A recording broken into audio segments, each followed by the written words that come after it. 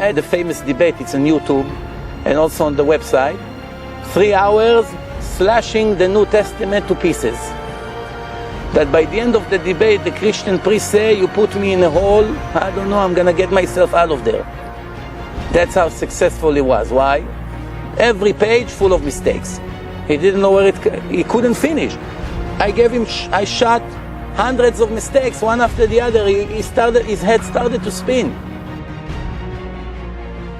How is it possible that there are 25 mistakes in a book that claim to be from God? It's impossible that God made mistake in a text. We conclude that.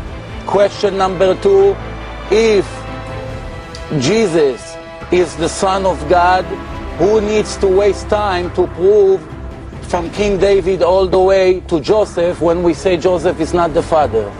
Third question, please explain me, how do you have more than 150,000 different versions to the New Testament? Please explain me how there are more than 150,000 different texts. Okay, that's question number 3. Question number 4, please tell me, how is it possible that in the New Testament it says that Jacob went to Egypt with 75 people when everybody agreed that the Torah say that Jacob went to Egypt with only 70 people? That's what happened. Why?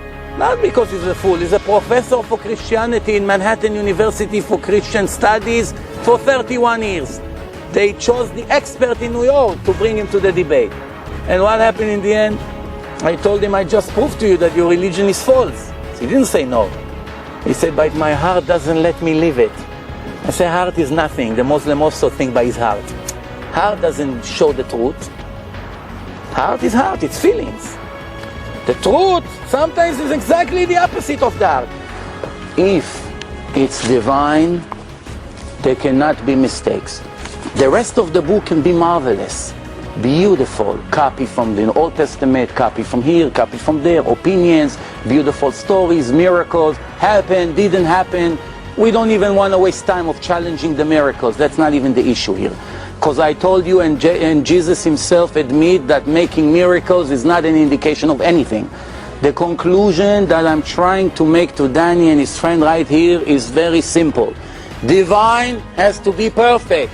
One mistake, not 50, not 500.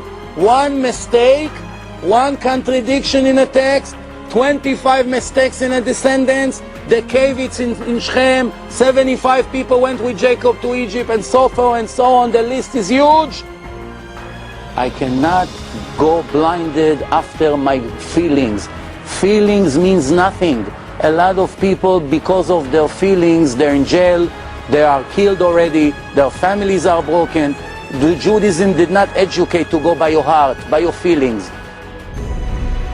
For those who didn't know, when we received the Torah, we received the written and the oral Torah. Received the written and the oral Torah. You cannot understand one word from the written Torah without going to the oral Torah. The oral Torah explains all the secrets of the written Torah. You won't understand anything. You won't know how to do circumcision. You won't know how to keep Shabbat. You don't know how to make tefillin. You don't know what mezuzah is. You don't know. Without the oral laws, all the instructions were given to us verbally, separately. If everything would be in one book, all the goyim would, obviously they copied the Torah to their languages. As soon as the Torah was given to the Jews, the whole world copied it and translated it to their own language. Once they had it, what would prevent all the goyim from becoming perfect kosher Jews without conversion, without coming to the rabbi to be tested? Beard everyone had. To make tefillin, they have all the instructions, so they make tefillin. Tzitzit, they know how to make because they read the instructions, so they make tzitzit. They keep Sabbath because they know it's in the book. So everything will be in a book. 2 or 3 generations later, you wouldn't know who is a real Jew and who's not. One person has a Jewish soul, the other one doesn't have a Jewish soul. It comes from different spiritual worlds, the souls. A soul of a Jew and a soul of a Goy comes from different worlds and go to different worlds. Don't go into the same sections in heaven. So, how would you know? You have now all the Jews coming in a synagogue. Few of them are descendants of Goyim. 3,000 years ago, his grandfather, he pretended that he's a Jew. He had all the written laws. He knows how to be religious. He doesn't need the rabbis. So the answer is, God was not interested to create such a mess. He wanted the Jews to have the real secrets verbally, only in yeshivot, from rabbi to student.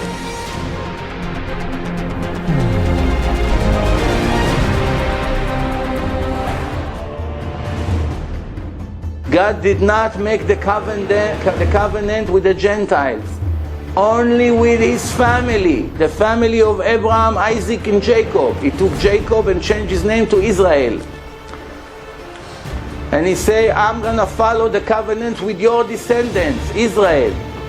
The God of Israel. That's how he named himself. He didn't say the God of the world, the God of the Gentiles. Never. The God of Israel. Ani Hashem Elokechem. I am your God. Always. To leave no doubt. I created the whole world for the nation of Israel, for my children. Everything here, things that I operate, everything that I do here, the main thing, the purpose of this creation is the nation of Israel. If the nation of Israel will be destroyed, then you know a minute before that there is not going to be any earth. Because God does not need this place unless if his nation will be here. That's why he promised in the Torah, I swore to Abraham, Isaac, and Jacob that I will never replace their descendants with any other nation. Even though they're going to get punished from the way they behave, and only very few of them will survive, you know for sure that the same way I am God will never be different. The nation of Israel will never be destroyed. It's a prophecy, clear prophecy. The whole world is for my nation Israel.